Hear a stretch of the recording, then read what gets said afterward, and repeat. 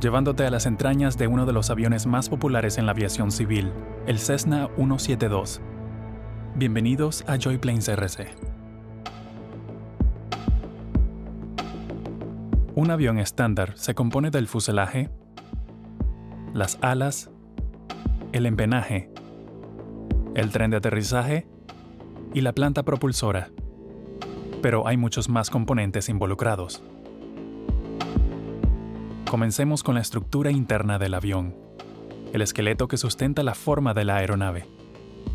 La estructura del fuselaje está hecha de cuadernas de aluminio, mamparos, largueros y otros armazones. El tren de aterrizaje principal requiere ser de acero flexible para resistir las fuerzas durante aterrizajes fuertes.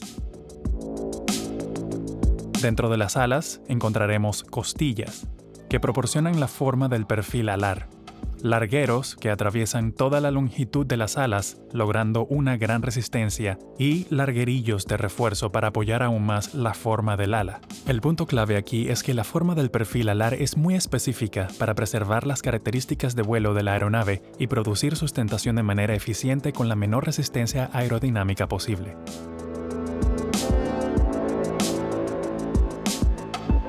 Toda la estructura está cubierta con láminas de aluminio remachadas al esqueleto. Esta piel externa aumentará aún más la resistencia de la estructura. A esta estructura se le llama airframe, que se considera como toda la estructura menos el motor y la aviónica.